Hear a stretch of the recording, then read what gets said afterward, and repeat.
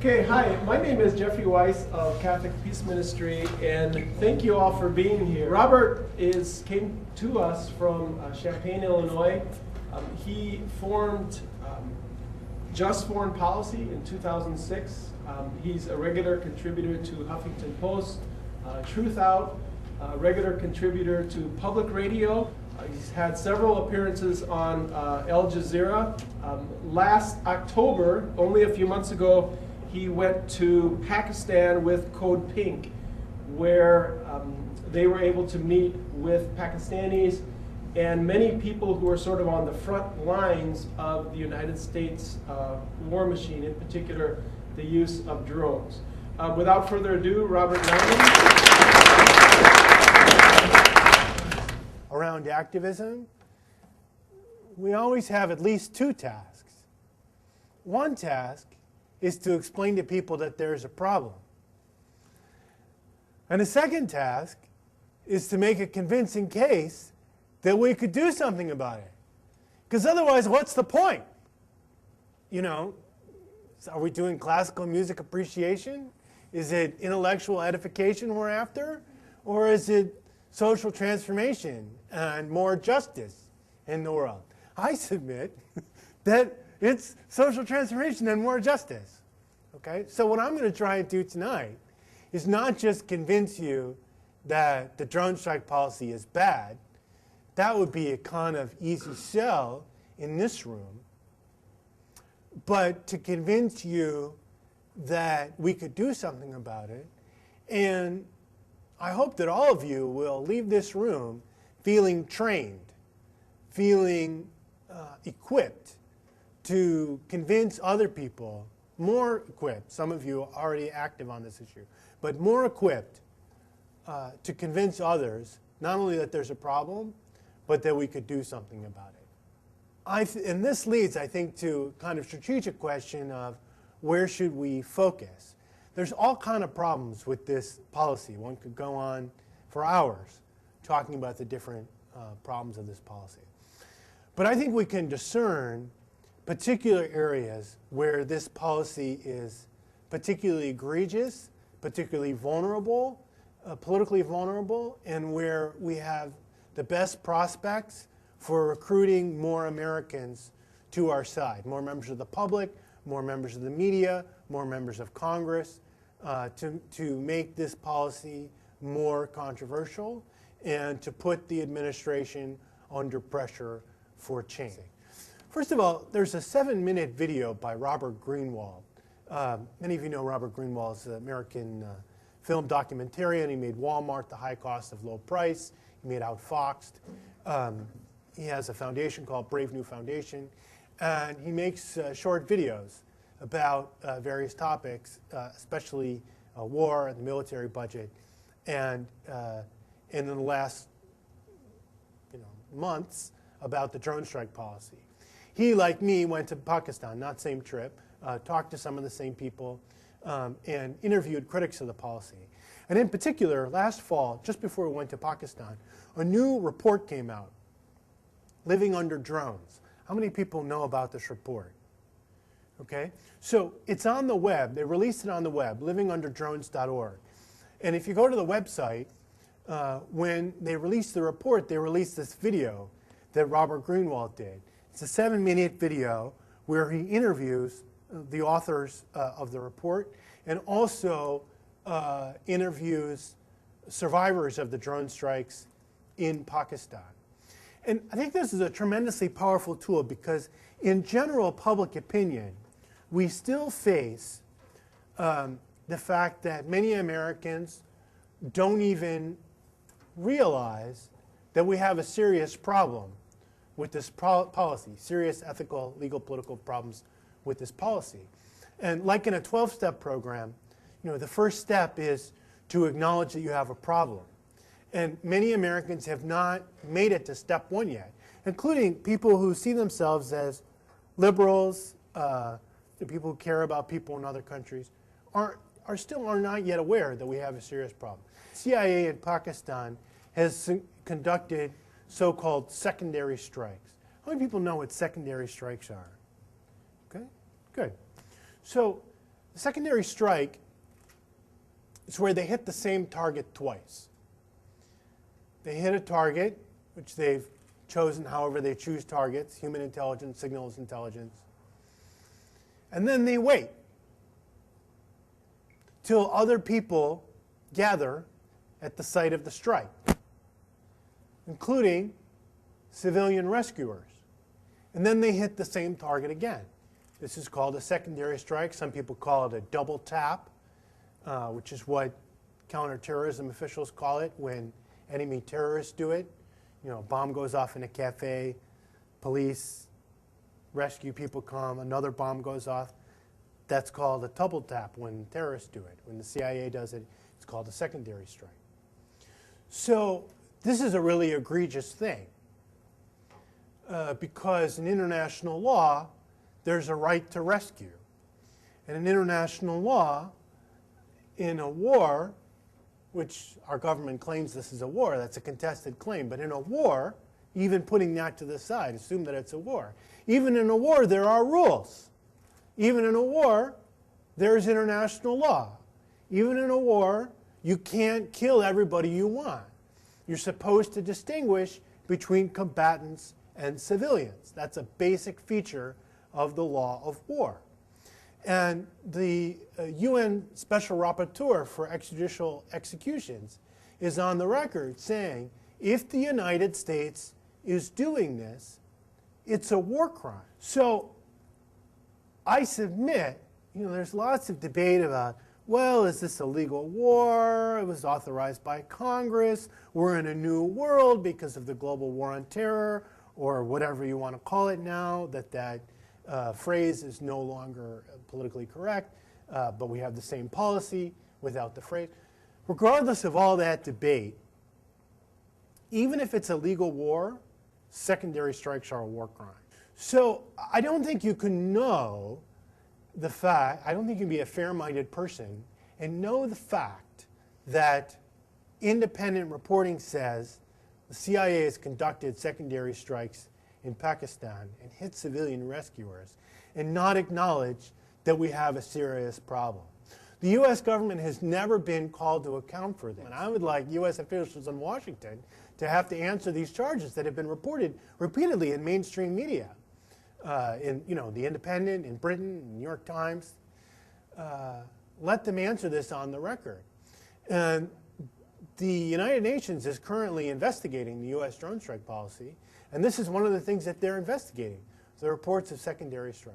So this is a key example, I think, for people to know about, this accusation, these reports of secondary strike. Again, regardless of what else is true, it's widely recognized in international law, secondary strikes are a war crime. Something happened in Washington that hasn't happened in 10 years of this policy. A subcommittee in the Senate held a public hearing on the drone strike policy. Totally historic. You know, Congress is supposed to oversee the administration. But for 9 years, since the CIA started this policy of drone strikes in Pakistan, there was never a public hearing about the policy. Finally, last week, Senator Durbin held a public hearing in the Constitution Subcommittee of the Senate Judiciary Committee. And he invited strong witnesses to criticize the policy. And one of the witnesses that he invited was a young Yemeni man named Fareya al-Muslimi. How many people saw his testimony? Okay, this is a powerful tool. This was a powerful performance. This guy has a very unique story and is a unique spokesman for criticism of the policy. First of all, there was never a hearing before, let alone letting someone from one of these countries that the U.S. is bombing with this policy come and try and tell Congress and the American people what this policy looks like from the other side. And Fareya al-Muslimi is someone who's researched this policy in Yemen and interviewed drone strike survivors and people in these communities to talk about the impact. But That's just one reason why he had a powerful account to tell, because of his research. A second reason why he had a powerful personal story is that he went to high school in the United States. And he talked about in his testimony how he's from a very poor family in Yemen. His father's a farmer. His parents are uneducated. But when he was in school, somebody encouraged him to apply for an American scholarship. And something in the State Department, East, he was able to study in an American school in Yemen. And then after that, he was able to apply to another program where he became an exchange student and went to high school in the United States. So this is someone who's, speaks English, has lived in the United States, knows Americans, spoke very eloquently in the hearing about his love for the United States and how he saw himself as an ambassador for the United States in Yemen, and how he hates Al-Qaeda and is, trying to explain to his Yemeni friends and correspondents what his experience living in the United States is. And he says, and this is in the context in which you guys are droning my countrymen and undermining my work and recruiting people for Al-Qaeda with this hated, controversial policy. That was the second compelling thing about his testimony. The third compelling thing about his testimony was that it just so happened that in the week before the hearing, his home village was hit with a drone strike. And he talked about the experience of being contacted by people in his village who are saying, why did this happen? Why did your American friends do this to us? And the terror of people in the village when this drone strike happened. They knew the guy that the U.S. Was trying to kill. They had no idea he was a U.S. target. So this created a special kind of terror. Like, what if I had been standing next to this guy? What if my children had been standing next to this guy? Why wasn't this guy just arrested? And Fareed al-Muslimi said this in the hearing. This guy, everybody knew where he was. He could have been easily arrested. Why hit this guy with a drone? So this is a very compelling story that Fareed al-Muslimi told in the hearing. And if you watch the hearing, you can see the senator's kind of chilled by his testimony. And this got a lot of U.S. media play. It was in the New York Times, the Washington Post. He was interviewed on MSNBC by Chris Hayes. So again, I submit to you that this is something that you put it in front of a fair-minded person who's not totally closed-minded about this policy. And I think many Americans formed a very superficial notion about this policy a year ago or 2 years ago. They heard something about it. They heard the official story that this is a policy to keep you safe. This is a policy, as President Obama said in January of last year, narrowly targeted on a list of top-level terrorist leaders. That's what President Obama said last January.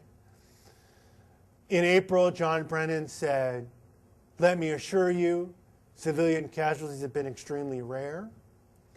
So this is the official story that many Americans believe. This is a narrowly focused policy targeted on a list of top-level terrorist leaders, and civilian casualties have been extremely rare. And now we're in a period in the last 6 months where there's unprecedented criticism in the public sphere of this policy. So this is an opportunity to go back to people and say, we need you to take a second look, because we have new information now that we didn't have a year ago. This policy has been kept secret from the American people. And a story was created, a false story, based on these two lies. The lie that this is narrowly targeted against top-level terrorist leaders, and the lie that civilian casualties have been extremely rare. The record of independent reporting tells a very different story. The record of independent reporting suggests that of the people killed in Pakistan by CIA drone strikes since 2004, only 2% have been suspected top-level terrorist leaders. 2%. And over that same period of time, the tally of the Bureau of Investigative Journalism in London suggests that 6% of those killed have been children. And nobody contests that children are civilians. So 3 times as many children as top-level terrorist leaders. The same tally, and this is a conservative tally, these are journalists in London who are carefully counting based on press reports and other reports that they feel they can substantiate. The same tally suggests that 20% of those killed, 1/5, have been civilians. So 2% top-level terrorist leaders, 6% children, 20% civilians. That is not consistent with the story that this program is narrowly targeted on top-level terrorist leaders. That is not consistent with the story that civilian casualties have been extremely rare. But it's reasonable to ask, what does it mean to say that the public supports the policy when the public doesn't know what the policy is? Recently, finally, in the last few months, there was some polling by Huffington Post and YouGov, and they asked more detailed questions. They asked people, how do you feel about targeting top-level terrorist leaders? People say, yeah, majority is for that. How do you feel about targeting anybody suspected being a terrorist? No. No. Just the top-level terrorist leaders. How do you feel if there is a risk of civilian casualties? No. Majority doesn't like that. Don't do it if there's a risk of civilian casualties. A risk of civilian casualties. Don't do that. In fact, other polling found that when you insert this question about civilian casualties, support for a military operation drops as much as when you tell people there's a risk of American military casualties. Same effect. Should we go get these terrorists if no American soldiers are killed? Sure. How about if American soldiers can be killed? Support drops. Should we go get these terrorists if there's no danger of civilian casualties? Sure. How about if there's a risk of civilian casualties? Support drops. So you see, there's a story that people sometimes tell that Americans don't care about civilian casualties. It turns out that's a lie too. It's not true. The thing is that people can't care about that which they don't know about. So if nobody tells them that civilians are being killed, then they can't care about the civilian casualties that they don't know about. So this is why it's so important that we lift the lid on this policy. When critics say we need more transparency, the word transparency sounds like a kind of technocratic inside baseball world. Transparency, we're against the whole policy. Transparency. But you see, this issue of transparency and secrecy is a matter of life and death. Because of the secrecy that they're able to carry about a policy which would be unpopular if people knew about it. Second reason to push on this issue of secrecy and transparency is because this is where the administration is most politically vulnerable. These supporters of the policy agree that the administration is being too secretive. If you look at this hearing that took place last week, Lindsey Graham, who's a strong supporter of the policy, said, I don't agree with the president how much, but I strongly support the president's use of drones. Lindsey Graham is not even on this committee, came to the hearing just to defend the policy. Even Lindsey Graham agrees the policy should be more transparent. The policy should be less secretive. So you see, the administration is very vulnerable criticism on this. But why don't they want to share more information? Because every time they let a little bit of information out, people are scandalized, and the policy becomes more unpopular. So, for example, earlier this year, they got put under pressure after they nominated John Brennan to head the CIA. John Brennan has been kind of an architect of the policy as the White House counterterrorism advisor. So when Obama nominated Brennan to head the CIA, people saw this is an opportunity to challenge the policy. And Senator Ron Wyden and 10 other senators wrote to the administration and said, before we confirm your guy to head the CIA, we want to see these drone strike memos that you've been hiding from us for years. For years, members of the House and Senate have been writing to the administration saying, we want to see the Office of Legal Counsel memos that purport to justify the legality of this policy. And the administration refused to hand them over. Even to the Senate and House Intelligence Committees, committees established by Congress in the 1970s for the express purpose of reviewing classified information.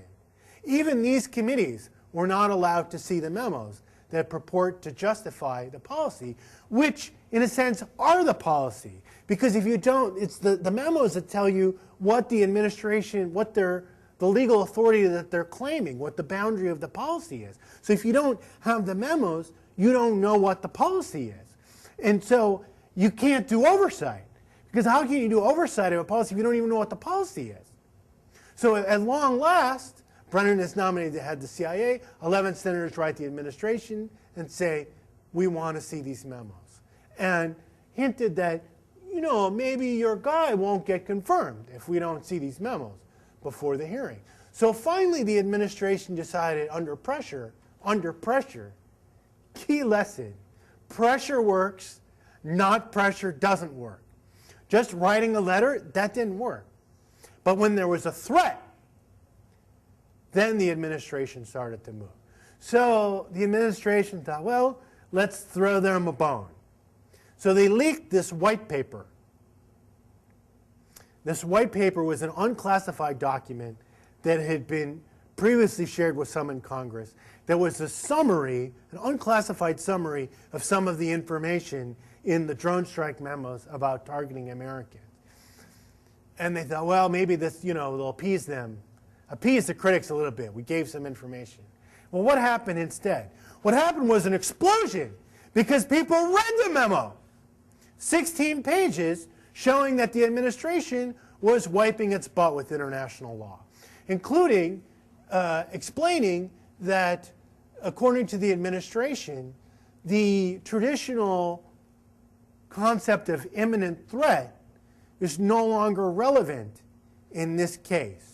It's a key idea in international law and domestic law about when you can use force is, are you under imminent threat? And somebody attacks you, you can use force, no question about it. But if somebody's about to attack you, then you can use force, no question about it. But the administration said, we're in their white paper, we're in a new world now. Global war on terror, whatever you want to call it, post-September 11th.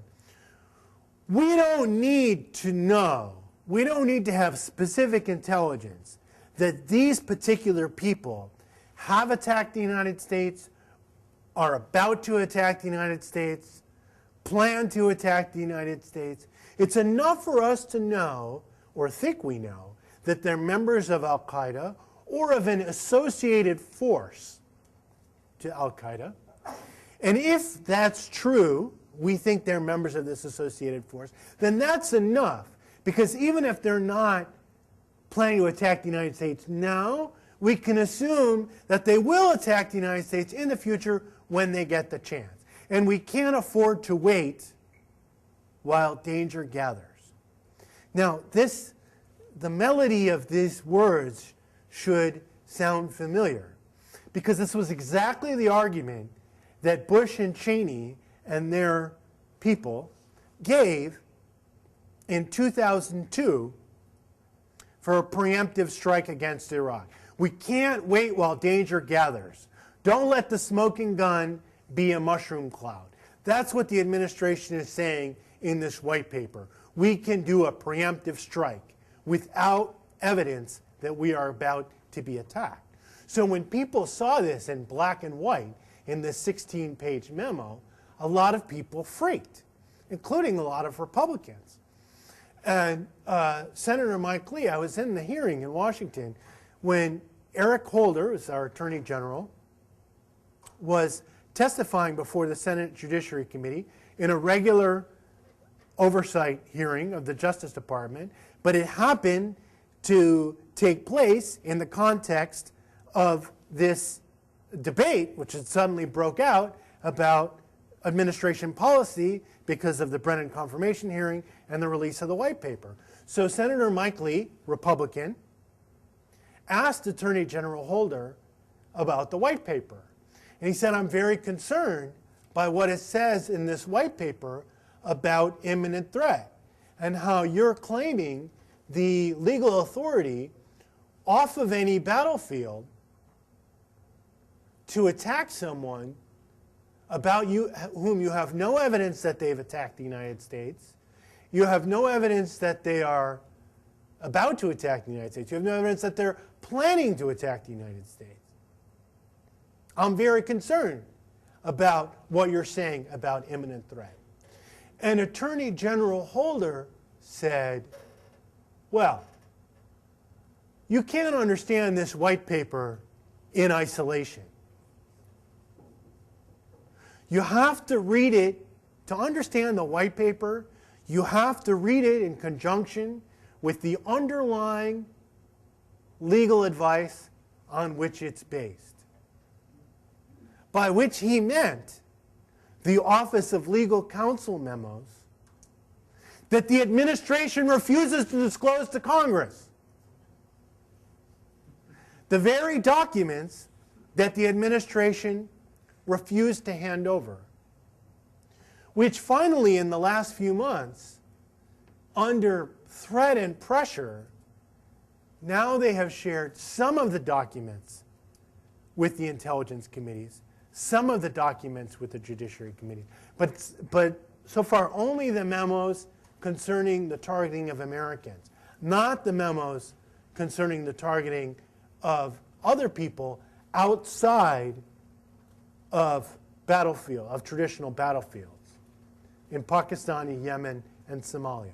Still to this day, the intelligence and judiciary committees don't have these documents which specify the legal authority that the administration is claiming to conduct drone strikes.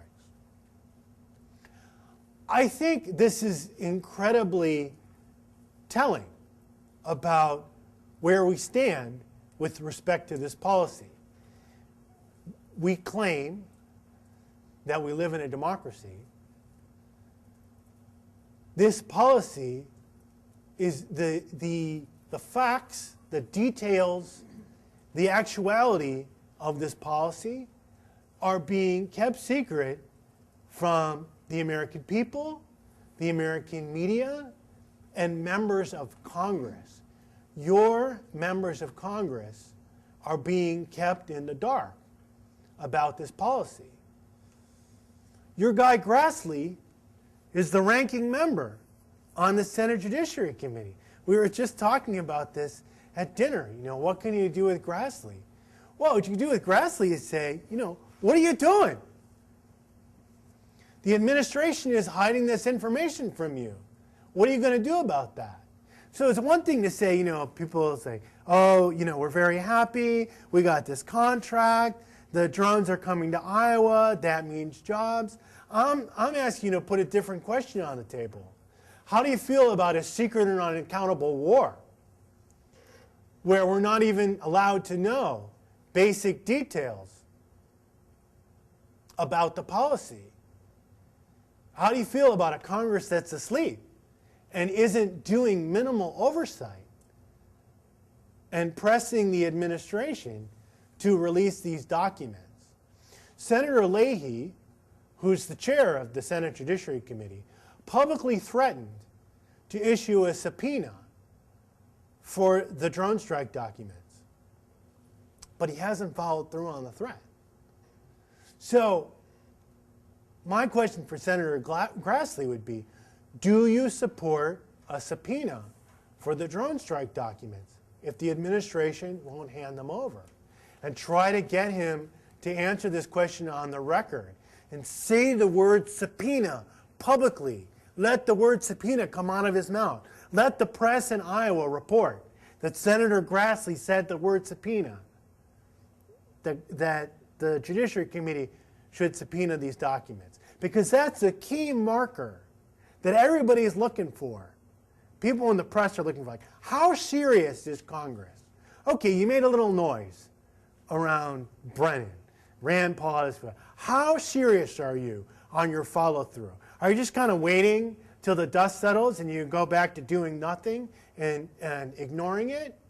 So this is where public pressure is key, getting on these members of Congress and staying there until they do something to force the administration. Because the administration has shown that in the absence of pressure, they're just going to continue with the status quo.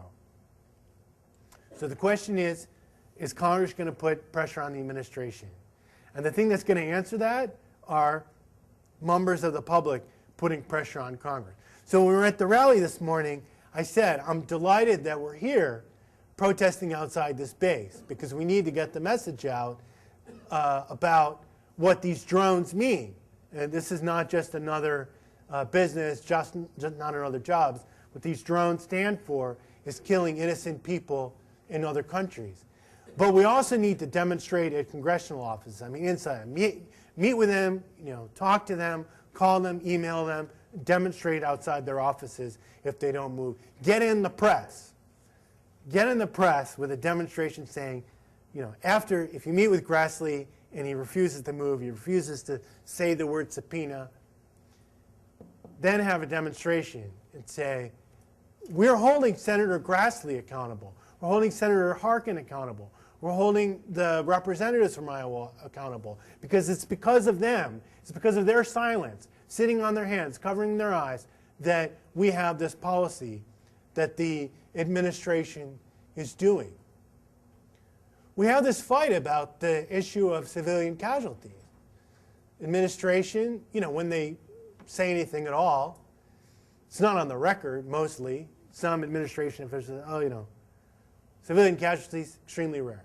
There's this record of independent reporting that I talked about. 6% children, Pakistan, 20% civilian. When we met with Ambassador Hoagland and asked him about this, he said, well, I knew you were going to ask me about this. So I checked the number on the way over. Before coming to meet you, I checked the number. It's classified, he said. It's classified. So the United States government, our government, has a number, an official number of the number of civilians it thinks it has killed in Pakistan with drone strikes since 2004. And that number is classified. Why? Why is that number classified? Is that a national security secret? Like the nuclear codes? Like the troop movements? Like the technical specifications on nuclear submarine? They're not supposed to classify stuff just because it's politically embarrassing. So this is a question I would like you to ask the Iowa congressional delegation. Why is the U.S. government count of civilian dead in Pakistan classified? And why won't you force that number to be public? And we have an opportunity coming up. Every year, there's a bill in the House and the Senate called the National Defense Authorization Act. It's the Authorization Act for the Pentagon. And every year, everybody who's concerned about U.S. foreign military policy uses this as a vehicle. I mean, everybody working on these issues on Washington uses this as a vehicle to introduce amendments to try and force a change in policy or at least force a public fight about administration policy. And the groups that are working in the drone strike policy in Washington are talking about how can we use the NDAA to make a fight about the drone strike policy. And one of the things that we're going to try and do, I hope, is get the Congress to try to pass legislation that will compel the administration to disclose more information about this policy. So this will be an opportunity for you to hammer on the Iowa congressional delegation. How are you going to vote on this legislation? So we have opportunities to force these people onto the record. Congress is a part of the problem. People talk, it's a key, crucial part of the problem. People talk about an imperial presidency. Oh my God, Obama's doing this and that. How could he? You can't have an imperial presidency without a sleeping Congress. And Congress is something we can get at more easily than we can get at the president, particularly the House. You can get at members of the House. You can turn members of the House. Even Republican members of the House, you can turn them if you get on them and stay on them. We turned in Champaign-Urbana, we turned our Republican member of the House against the Iraq and Afghanistan wars. He voted for the Iraq war. Later he said, you were right, I was wrong, I'm sorry. And he became one of the biggest critics in the House of the war and started voting against everything. So we can turn these people if we stay on them. And I submit to you that you can turn people in Iowa against this policy if you stay on it, particularly with the right ask. So, you know, can you turn these people against drones? That's something else. But can you get them to say, the president must share information about what he's doing? That I submit to you, you can make these people do. So this is my ask. This is my ask going forward. You figure this out. You're politically active. You have demonstrations. You do political stuff. Figure out how to put pressure on your congressional delegation and figure out how to get in local media around these issues and stay there, particularly around these issues of transparency and secrecy, where, I don't know what your local media is like, but on these issues, the national media is on our side. The national media is on our side. The New York Times is on our side.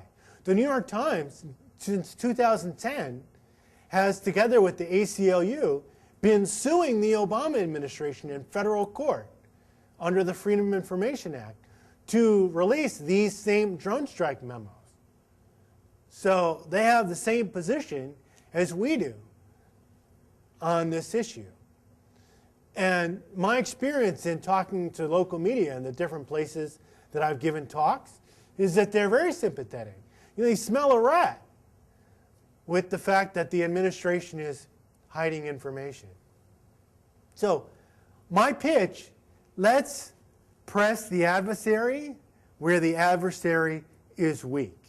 Where the adversary is weak is on the issue of secrecy and transparency and their refusal to share basic information about this policy with Congress and the American people. And try to get your representatives and senators on the record on this issue of secrecy, transparency, and information. Thank you.